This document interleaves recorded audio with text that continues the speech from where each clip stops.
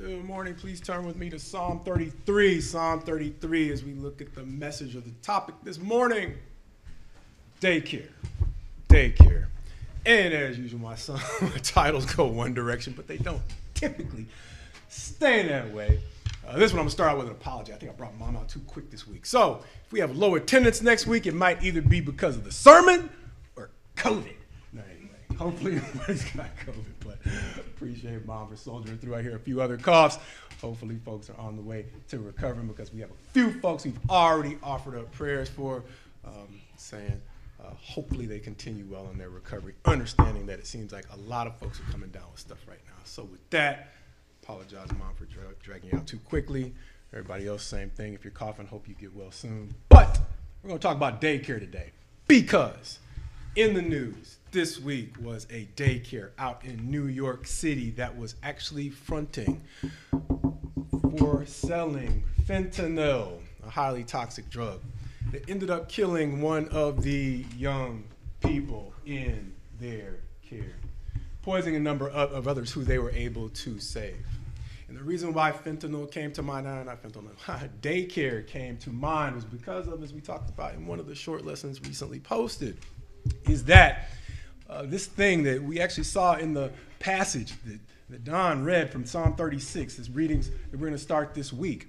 Steadfast love comes up over and over again as it's translated in the ESV. It comes up 3 times in that chapter you read, which was not in the ones we're going to look at this week, but it comes up 3 times in chapter 33 where we're talking about steadfast love or David's Psalms today. And as usual, I give too much credit to David. We'll say the Psalms, some of which are attributed to David today, but it's also going to come up again in Psalm 31. And we've already passed it by. And we said my themes tend to develop when it's kind of like you're fishing and you don't want to set the hook too quick. Why? Because if you're anything like me, when you start to learn to fish, as soon as you got a nibble, you're so excited. The bobber was moving. It's time to set the hook, but the fish hasn't actually taken it. So all you're doing is feeding fish if you set the hook too quick. And so what happens is when I see things come up in the Psalms or in these readings as we go through them, I let them go until I begin to see them as recurring themes. And that's what's happening with steadfast love. It's coming up over and over and over again. Please follow me in chapter 33 where it will say in the very beginning, shout for joy in the Lord, O you righteous, praise befits the upright. But skip down to me to verse 5. Actually, verse 4. For the word of the Lord is upright, and all his work is done in faithfulness. He loves righteousness and justice. He loves righteousness and justice. The earth is full of the steadfast love of the Lord. It's not the last time it's going to come up. It's going to come up again. Verse 18. Behold, the eye of the Lord is on those who fear him, on those who hope in his steadfast love. And then again in verses 21 and 22, for our heart is glad in him because we trust in his holy name.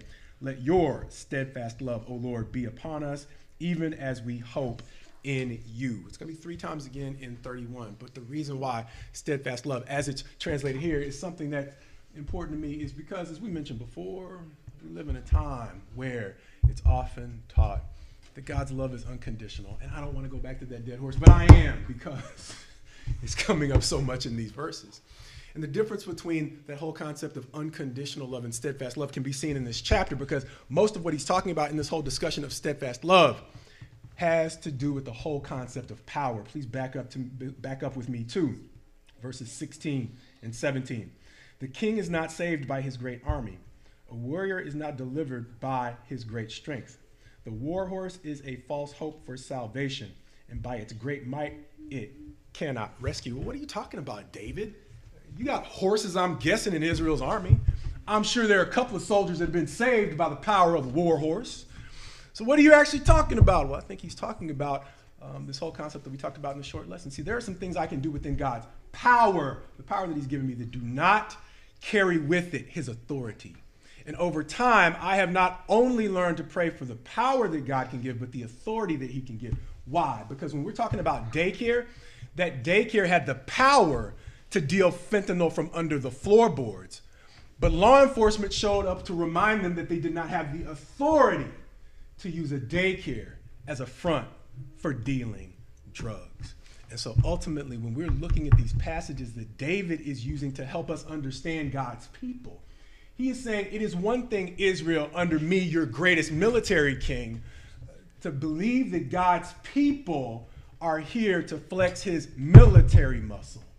But without his authority, he will show up and remind us of exactly what is what.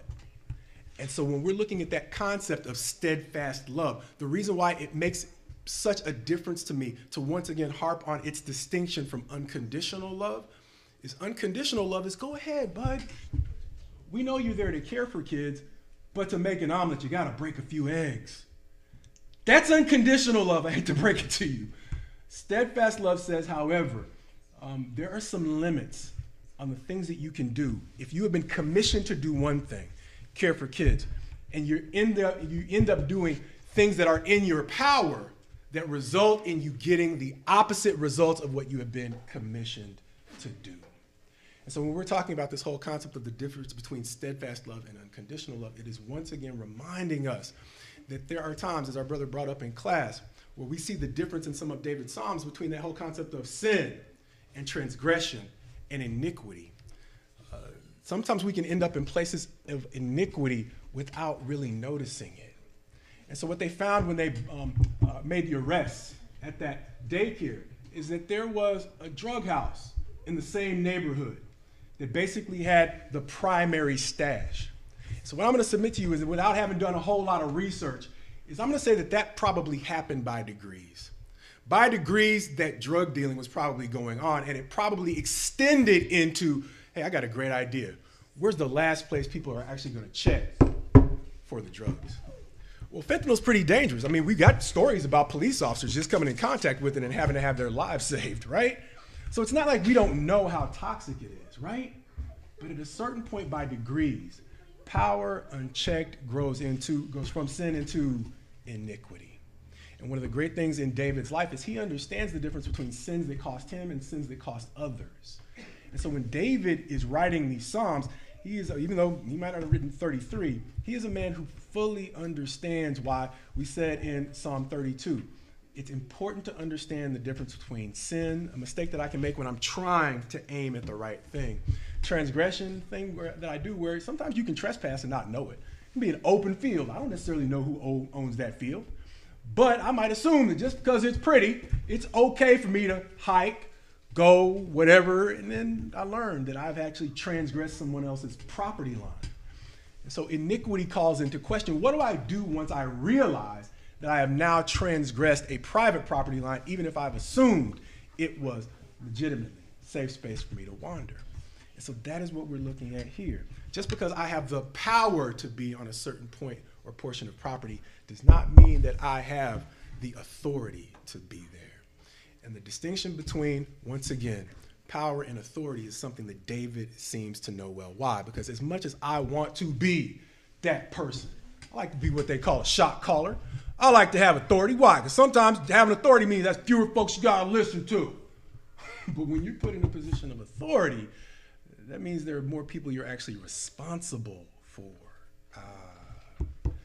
And so when we're looking at things like this whole concept of unconditional love, it is tethered to some principles like understanding the difference between, like we said, power and authority. Why? Because David, you have the potential to get not just your family hurt, sin with Bathsheba, but thousands of people killed in the census.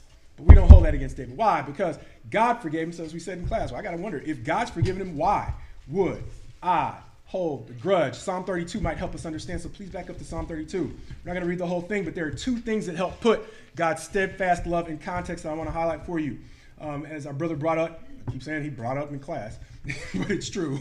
As our brother brought up in class, verse 5. Well, let's see the distinction between verses 3 and 4 and then 5 and 6.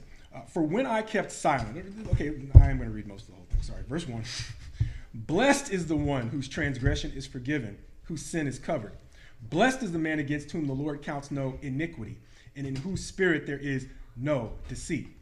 For when I kept silent, my bones wasted away, through my groaning all day long. For day and night your hand was heavy upon me. My strength was dried up as by the heat of summer. Verse 5, but I acknowledged my sin to you. I did not cover my iniquity. I said, I will confess my transgressions to the Lord, and you forgave the iniquity of my sin. Therefore, let everyone who is godly offer prayer to you in a time when you may be found. That's helping us understand. It may just be a time thing, as we said in the short lessons, but he is linking that. When he says, therefore, that's connecting that in a time when he may be found to the situation under which David found him. Understand, he is not simply saying it was an unconditional situation in which God answered my prayer. He is saying it wasn't until I was honest about what I was doing in the details of it. Like we said, it's not just sin. It's in the transgression and the iniquity that David finally began to find a time when God's hand, not someone else's hand, God's hand removed its weight from him.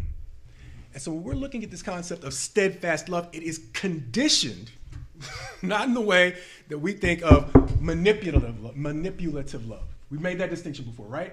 It is one thing for me to use love in a way that it's more like the carrot and the stick, right? I love you as long as you're performing. I love you as long as you're performing. I'm affectionate as long as you're making me happy. That's not God's love.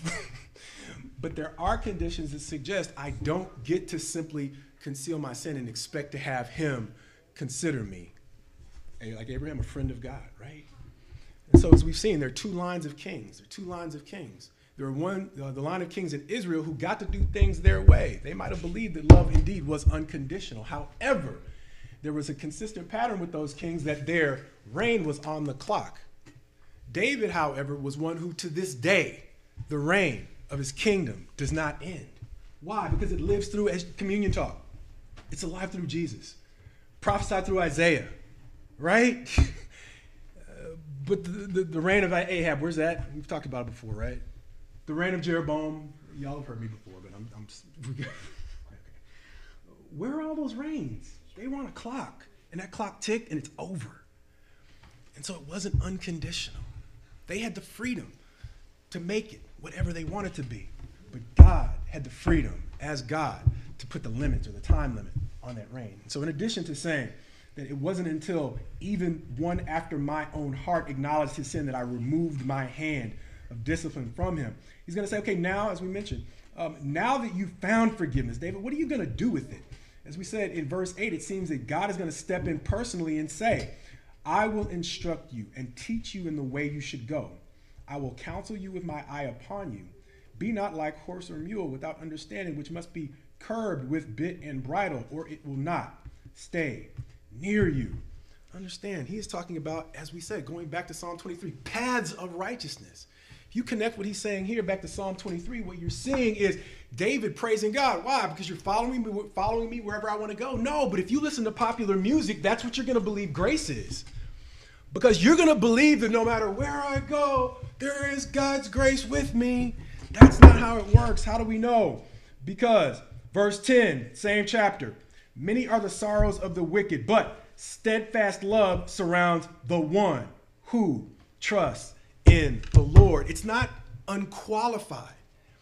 He has the right to set the conditions under which his steadfast love will follow you. We tied it back to a very simple illustration that Jesus gives in the Sermon on the Mount.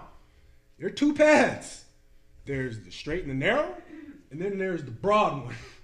And so one of the reasons why I said that in understanding Scripture, it's really important to understand the trend between the very first book of the Bible, Genesis, and the very last one, Revelation. And so when you see Jesus himself helping us to understand that there are, like David said, paths of righteousness along which, and this is the upside of steadfast love. When we go back in your own time, 1 John, 1st chapter, 7th verse.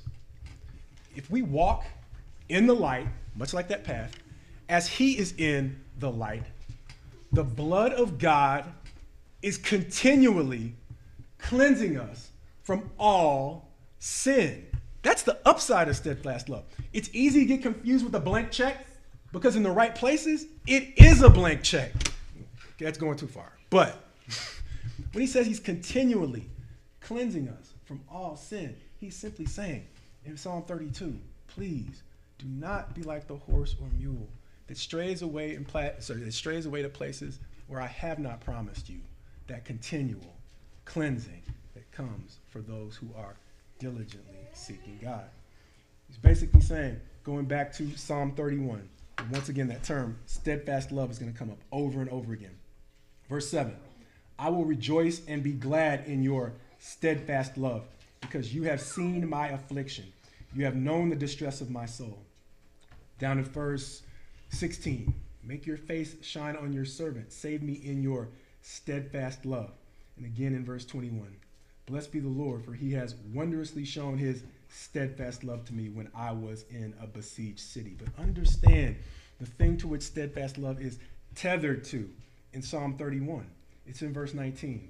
Oh, how abundant is your goodness, which you have stored up for those who fear you and work for those who take refuge in you, in the sight of the children of mankind. Why does that matter? In the sight of the children of mankind. Does it matter? Or Marcus, you just trying to make a preacher point? Hopefully it's not just a preacher point. To understand that if you look at that verse in the context of what we've seen over and over in the Psalms, David is drawing a distinction between what we've now become to know as personality, what I project, and character, who I am. And so when he is saying those who take refuge in the presence, or what is it, in the sight of the children of men, he's saying you gotta, if you're really saying, it's easy for me to say I'm taking refuge in God, but go out and, like I use this illustration in the short lessons, live my life like I am on Survivor Island, right?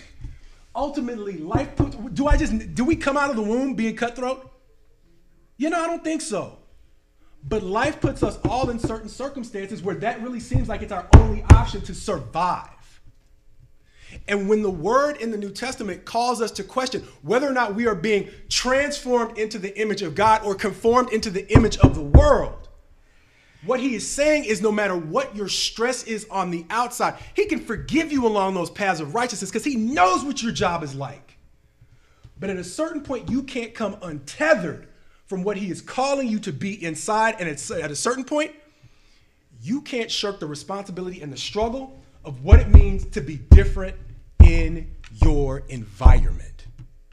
Because at a certain point, you can't say, I'm taking refuge in God, but fit in on Survivor Island, just like everybody else who's playing Survivor the same way. It doesn't work that way. And so ultimately, when he's saying you are taking refuge in the presence, once again, in the sight of the children of mankind, if I am saying, end of the chapter,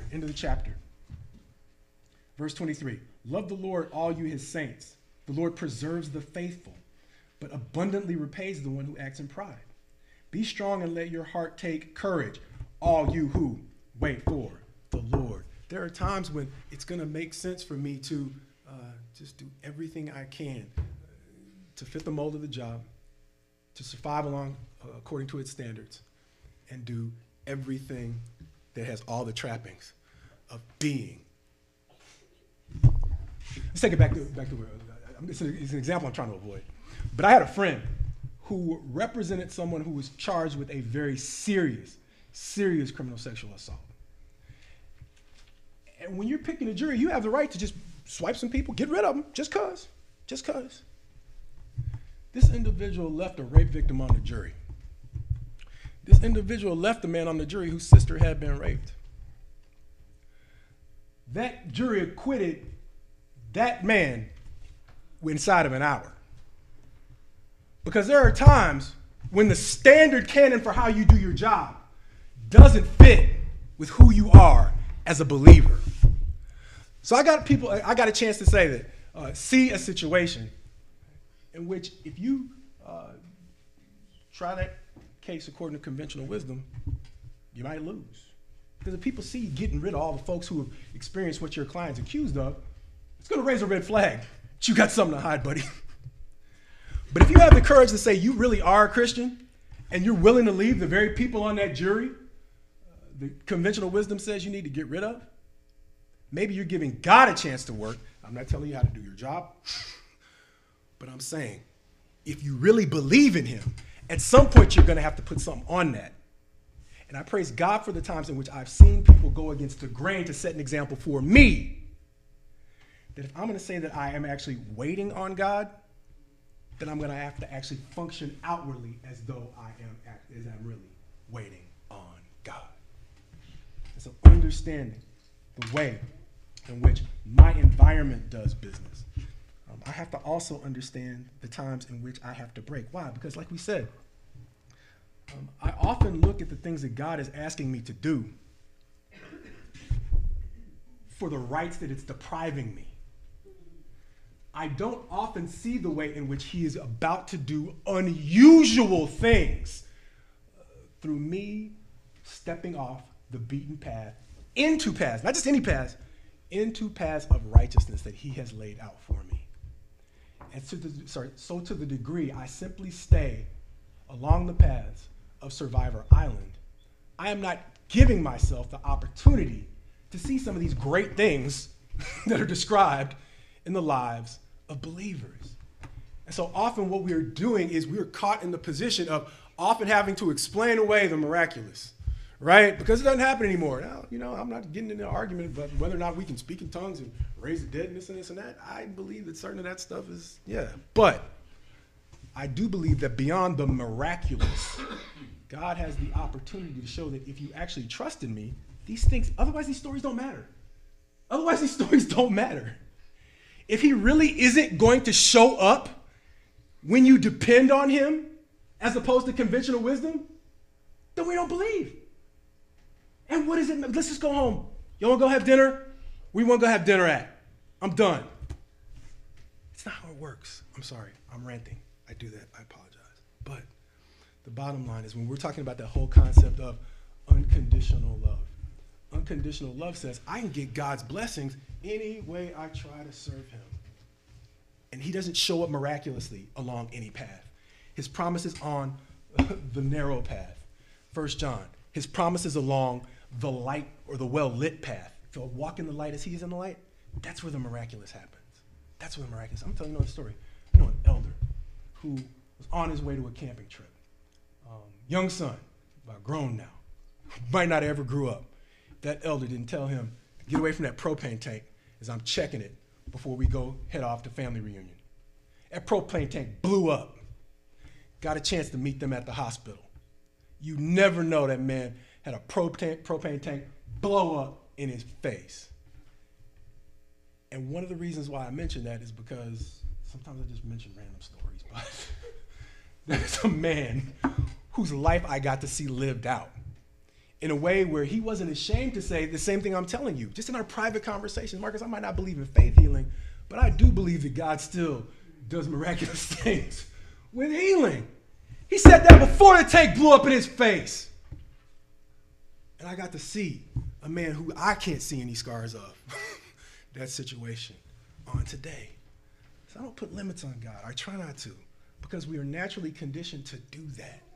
These are my stories, but I'm firmly convinced that to the degree we actually trust that his steadfast love is what he's promised and not his unconditional love, he will guide us along paths that allow us to see the reason why David said, please go back with me, please go back with me, please go back with me.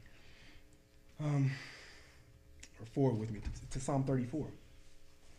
Psalm 34, verse 8, where David will offer, we said there's a typical pattern in these prayers where he will offer up praise to God for the things that he has done, a recall of the great things that God has done as a foundation for what he is about to ask for or what he is about to ask the children of God or counsel them to ask for from God. Here, it's a little different because he's going to offer up the praise, he's going to give the recall, but then he is going to offer the question. He's going to make the request to us. And the request isn't to God. It's a famous request in verse 8. Oh, taste and see that the Lord is good. Blessed is the man who takes refuge in him.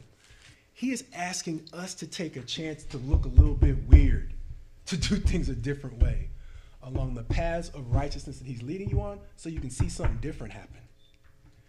And so that is one of the ways where we got to own up to sometimes we're going to look a little bit weird to the world. We can't look normal to them and be completely compatible with what God is calling us to do. So does that mean we start just beating out random paths of I want to do this weird thing for God, or I want to do this different thing for God? No, that's a great way to look. I know I'm middle-aged, older middle-aged. I know what it's like to be embarrassed and not fit because you should have just shut up. And how long have I been preaching now? Yeah, right? So I know public embarrassment, right? So ultimately the thing is understanding deeply what he is trying to get us to do, because there's safety along those paths, right? To the degree we look weird along those paths, weeping endures for a night. I can't promise you nobody's ever going to laugh at you. No, they are. But joy comes in the morning along the paths of steadfast love. Backing up to Psalm 25, please. Backing up to Psalm 25.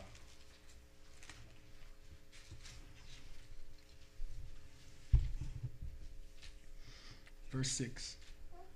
Remember your mercy, O Lord, and your steadfast love, for they have been from of old. Remember not the sins of my youth or my transgressions according to your steadfast love. Verse 10. All the paths of the Lord are steadfast love and faithfulness. For everybody? No. For those who keep his covenant and his testimonies. One of the reasons why I focus so much on steadfast love is even though it is only one choice of words that one translation uses to cover this term, Hesed. Look up the Bible Project. I'll give you a great description of Hesed. Because one of the things about God's steadfast love I need this week is I was supposed to do a word study on steadfast love. I was like, why am I waking up so early this morning? I'm going back to sleep. Oh, that's right. That didn't so much get done. So I need God to piece this one together because there's a piece missing. And that's my deeper word study. Because there's another one where I don't completely deal with how. I don't completely agree with the way that the Bible Project has defined it because they use unconditional love to define this term. And I fundamentally disagree with that, even though I love their work. But the bottom line is there are some distinctions between the way the word steadfast love is used in context and that whole concept of unconditional love. And this is one of the examples. He literally says, for those who keep his covenant. And yes, even though this is Old Testament, ultimately the point is still in the New Covenant. I say it all the time with my dead horse issues. The law of the Old Covenant was replaced by nothing. Marcus, go party. Go hang out. No, it's the law of Christ. It's the law of Christ. And so there is another law that replaces it. And I would do well to understand that part of the freedom that comes in, like we use that illustration, giving up the freedom I have to check in and go find a corner of a job to sleep in. I got a confession. Me and Mom were coughing. I pulled up here one of these Sundays 2 weeks ago. I had to catch a nap. So, yeah. I was sleepy guy about 2 weeks ago. But I realized I can't be sleepy guy every Sunday. I get up, I got stuff to do. Right? And so there are times when the job, God willing, some of the trust that we have between one another is hopefully I've shown you enough that I'm not sleepy guy every day, right? And so that accords a little bit more freedom than I would have if I was sleepy guy every day. And so when we're looking at that whole concept of steadfast love, unconditional love says I can sleep every day. But what I lose is the freedom that comes when the boss at least has a little bit of trust in me. And so I said, one of the most difficult things I do as a preacher is tell people, yes, I'm telling you, you got to give up some freedoms. I know this is America. My brother's got the flag tie on. Not trying to disrespect the flag tie. But it's one of the hardest things we do as American Christians because we have a lot more freedoms than other folks who grow up in cultures where you know there are more rigid, narrow paths that you have to walk. The narrow path makes a whole lot more sense overseas, trust me, because the freedoms aren't the same. But here it's one of the most difficult things that I do. But the flip side of telling you that, no, that's the bad news. You really do have to give some stuff up. But that's what you do anyway. What job can you go to and do whatever you want? Good, you find that one, show me. This will be an online ministry only. I'll still be posting the videos, God willing. I can do whatever I want. Y'all drive a hard bargain, but that's, yeah. And so I think you would be the same way. I think your employer would run a distant second, whoever your employer currently is, to a job that was telling you you really could do whatever you wanted, but that's not real. And so my question for all of us is, why do we bring that standard into God's church, though? Why, if we know that we can't get away with that on any job we would look for under the sun that's going to pay, why do we begin to look to God, for unconditional love, the kind of love that doesn't exist in reality? And so understand, please do me a favor when you turn back, if you will turn back with me to chapter 33. Seemed to be this random tangent. I'm the king of tangents. Chapter 31, actually. David seemed to take this tangent in the middle of Psalm 31. Then it started to potentially make sense.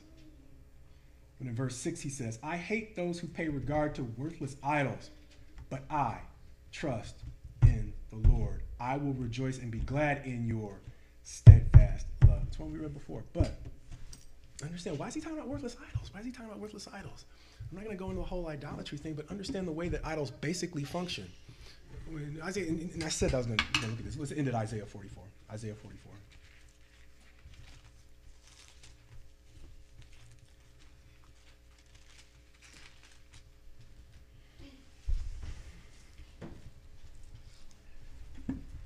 Where it reads, at verse 9, all who fashion idols are nothing, and the things they delight in do not profit. They're witnesses, neither see nor know, that they may be put to shame. Who fashions a god or casts an idol that is profitable for nothing? Behold, all his companions shall be put to shame, and the craftsmen are only human. Let them all assemble. Let them stand forth. They shall be terrified. They shall be put to shame together. The ironsmith takes a cutting tool and works it over the coals. He fashions it with hammers and works it with a strong arm. He becomes hungry and his strength fails. He drinks no water and is faint. The carpenter stretches a line. He marks it out with a pencil. He shapes it with planes and marks it with a compass. He shapes it into a figure of a man, with beauty of a man, to dwell in a house. He cuts down cedars, or he chooses a cypress tree or an oak, and lets it grow strong among the trees of the forest. He plants a cedar, and the rain nourishes it. Then it becomes fuel for a man. He takes a part of it and warms himself. He kindles a fire and bakes bread. Also, he makes a god and worships it. He makes an idol and falls down before it. Half of it he burns in the fire. Over the half he eats meat. He roasts it and is satisfied. Also, he warms himself and says, aha, I am warm. I've seen the fire. And the rest of it he makes into a god, his idol, and falls down to it and worships it. He prays to it and says, deliver me, for you are my God. They know not, nor do they discern, for he has shut their eyes so that they cannot see, and their hearts so that they cannot understand. No one considers, nor is there any knowledge to discern and say, half of it I burned in the fire, and I also baked bread on its coals. I roasted meat and have eaten, and shall I make the rest of it an abomination? Shall I fall down before a block of wood? He feeds on ashes. A deluded heart has led him astray, and he cannot deliver himself or say, is there not a lie in my right hand? The reason why that's so important to me is, like we said before, we don't fashion idols anymore. But before the internet age, what were our idols fashioned on? See, we use the same tools. In my generation, I pulled an old manuscript of 1984, one of my favorite books, my favorite dead horse at the beat. And that old manuscript had all these markings by George Orwell that were written on paper. See, George Orwell did what I consider to be a great work of literature. But a lot of these doctrines that I sometimes get pet peeves about, they're written down on paper. Same tools. He takes a block of wood. Oh, I wouldn't carve it into a man's image, but I'd shave it real thin and I'd rewrite it into a doctrine of what God really is supposed to be. And understand, that is the baton that has been passed to us from the paper generation to where we are right now, where we're essentially doing the same things. The idols that we are worshiping are gods that we have shaped through our own theories. And one of those theories is, God loves me unconditionally. And here's the thing, even if Marcus is making all this up, please understand it from the perspective of, just like some of these passages are going to say, that his steadfast love is forever. We sing songs about it. Never comes to an end. New every morning. I believe all that. But so is his reign and his light and all of his blessings. And so if we begin to look at steadfast love through the lens of all those other things that he sprinkles on everybody, then I think we'll begin to understand steadfast love, unconditional love, whatever you want it to be, a little bit better. Because just like the rain and all that fresh air went to that daycare we mentioned at the very beginning, it went to all the daycares in New York. But they didn't all do the same thing with them. See, some of those daycares are still functioning and taking care of kids, and their owners are still free. But those daycares who got God's good light and good rain and steadfast love, they're sitting in the pen right now. Because over time, they took the power that God gave them and they turned it into something to harm the very people he had empowered them to protect. And so even if you have his unconditional love, you don't have his unconditional authority. And if you need to look any further, go look up the Daycare. Sorry. But that's one of the reasons why I'll try to pull from the headlines to help us understand illustrations that are still speaking to us from the words of these stories that are thousands of years old. Because if we understand it in our real lives, then we have to understand it in our real lives. If we understand it in our daily lives, then I hope we make the leap or the connection to our spiritual lives. We need to understand that God's steadfast love empowers us to do things that his authority eventually will put an end to if we don't make a proper use of his steadfast love. And one of the reasons, once again, why I harp on the distinction between steadfast love and unconditional love is that we are not simply doing things that run the risk of, making the spiritual equivalent of putting kids next to fentanyl. But over time, what we're doing is we're depriving ourselves of the fullness of life that we could appreciate if we accepted or we gave away what we'd like God's love to be for what he's actually described it as being and doing in the lives of believers. God's best to you as you go forward in him. Bring Christ your broken life, so marred by sin, he will create